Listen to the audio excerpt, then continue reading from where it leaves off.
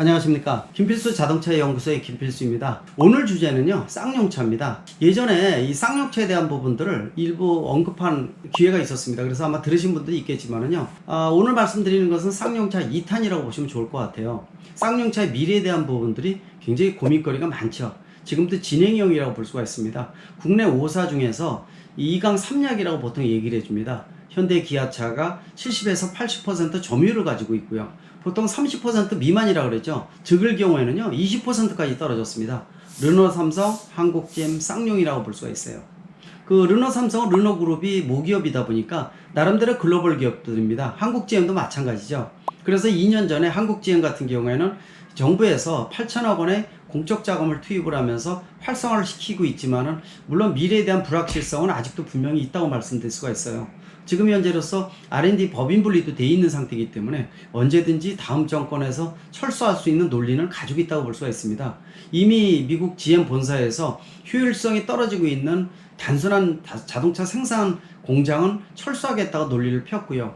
효율성이라든지 미래 모빌리티 완성이라는 그림 측면에서 있어서는 미국 본사의 GM의 입장에서 한국 GM은 상당히 고민거리가 많은 것도 사실입니다. 점유율도 올라가야 되는데 그렇지 못하다는 부분도 있고, 그러다 보니까 국내 생산도 그렇지만은 OEM 수입차라고 해서 미국에서 직수입하는 수입차의 분량이 늘어나고 있다는 것도 주목할 만한 부분이라고 보고 있습니다. 그만큼 국내의 역량이 떨어지고 있다는 하나의 반증이기도 하겠죠. 그러나 이 GM이라든지 또는 르노, 삼성 같은 경우에는 모두 다 모기업이 글로벌 제작사들입니다. 상당히 안정되어 있고요. 기술 수준도 워낙 높은 기업들입니다. 자본도 충분하죠. 얼마든지 대응을 할 수 있다는 겁니다. 그러나 쌍용은 좀 틀립니다. 그래서 쌍용에 대한 위기를 계속 강조하고 있고, 또 그리고 올해도 그렇고 올해도 위기고 내년은 더 위기다 이렇게 얘기할 정도거든요. 물론 정부에서 그런 얘기도 합니다. 과연 이 국내의 제작사 자동차의 메이커 자체가 망하는 것을 보게 둘 것이냐라고 봤을 때는 부정적이다 이렇게도 얘기를 많이 하고 있습니다. 어떻게 해서든지 공적 자금을 투입을 해서 질질 끌면서 살리기는 어려워도 수명 연장을 시킬 것이다 이런 얘기가 많이 있거든요. 여러분들도 아마 그런 부분들 많이 보시고 계실 겁니다. 저도 정부 자문을 해주고 있고 그러다 보니까 특히 이제 예전에 쌍용차가 상하이 자동차 소유일 경우에 그때 관계를 굉장히 많이 했었어요. 그러다 보니까 이 기술에 대한 어떤 유출, 먹튀 논란 상당히 많이 부각이 됐었죠. 실제로 이런 기업들의 가장 큰 문제점은요, 쌍용차가 기존의 대우차에서 상하이차 또 마인드라까지 지금 와 있었는데 보통 10년 주기로 이런 문제가 계속 발생을 하고 있어서 쌍용차에 대한 어떤 미래에 대한 부분들, 특히 쌍용차 자체가 수십 년 동안 굉장히 어떻게 보면은 가슴이 아플 정도로 상당히 좀 노사 관계도 그렇고요, 고민거리가 많은 기업이라고 분명히 볼 수가 있습니다. 이런 과정을 계속 되풀이하게 하고 있다는 것도 좀 문제점이고 정부에서도 상당히 골칫거리라고 분명히 볼 수가 있습니다. 문제는 쌍용차에 대한 문제점 항상 강조드리죠. 일단 모기업도 안정되지 못하고 글로벌 기업이기보다도 로컬 제작사라고 볼 수가 있거든요. 또 기술이 쌍용차보다도 한두 단계 떨어지는 기업이고 안정도도 떨어지고 또 투자도 안 하고 있고요. 더욱이 쌍용차 자체가 가장 큰 문제점이라는 것은요, SUV에 한정돼 있다는 겁니다. 지금 나오고 있는 차도 세단은 없고 이 SUV에 이 몇 가지 너다섯 기종에 한정돼 있다는 것도 굉장히 큰 문제라고 볼 수가 있고요. 또 미래지향적인 기술 노하우도 없어서 R&D 기능이 많이 떨어지는 겁니다.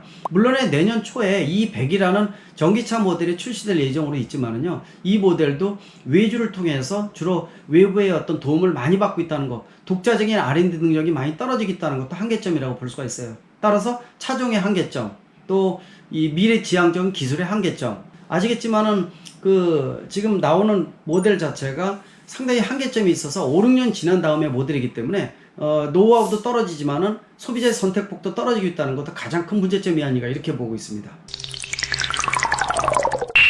그러다 보니까 티볼리 이후에 새로운 신차가 나오지는 못해서 소비자 입장에서는 선택의 폭이 떨어지면서 실제로 판매율도 떨어지고 있다는 거, 5%를 왔다 갔다 하고 있다는 것도 상당히 큰 문제점이라고 볼 수가 있거든요.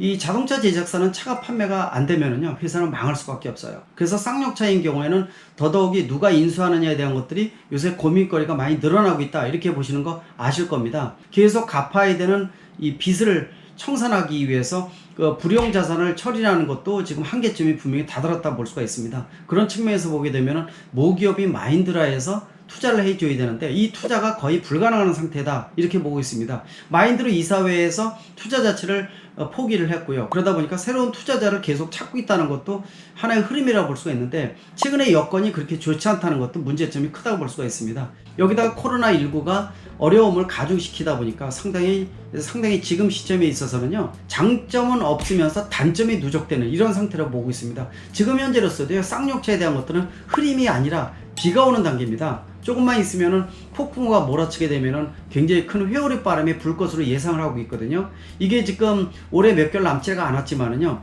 그 투자 의향서를 가지고 오더라도 과연 비용에 대한 투자가 과연 진행될 것이냐, 또 그렇다고 쌍용차가 살아날 것이냐, 정부의 공적 자금이 과연 실질적으로 이루어질 것이냐, 어느 하나 의문점이 들 수밖에 없는 부분이라고 보고 있습니다. 누구도 이 쌍용차에 대한 미래에 대해서는 답을 지금 못 주고 있어요. 핑크빛 미래가 전혀 보이지 않는다는 겁니다.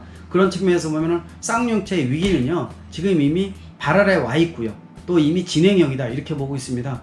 쌍용차에 대한 부분들 자체적으로 허리띠 졸라매고요, 불용자산 처리를 하면서 최선을 다하고 있지만은요, 어려움이 외적인 부분이 상당히 크다는 거 인지하셨으면 좋을 것 같고요. 정부에서도 유심히 보고 있습니다. 한번 이 쌍용차에 대한 부분들 고민거리는 늘어날 것으로 판단되고 있습니다. 다음에 기회가 되면은 다음 3탄에 이어서 쌍용차를 말씀드리도록 하겠습니다. 고맙습니다.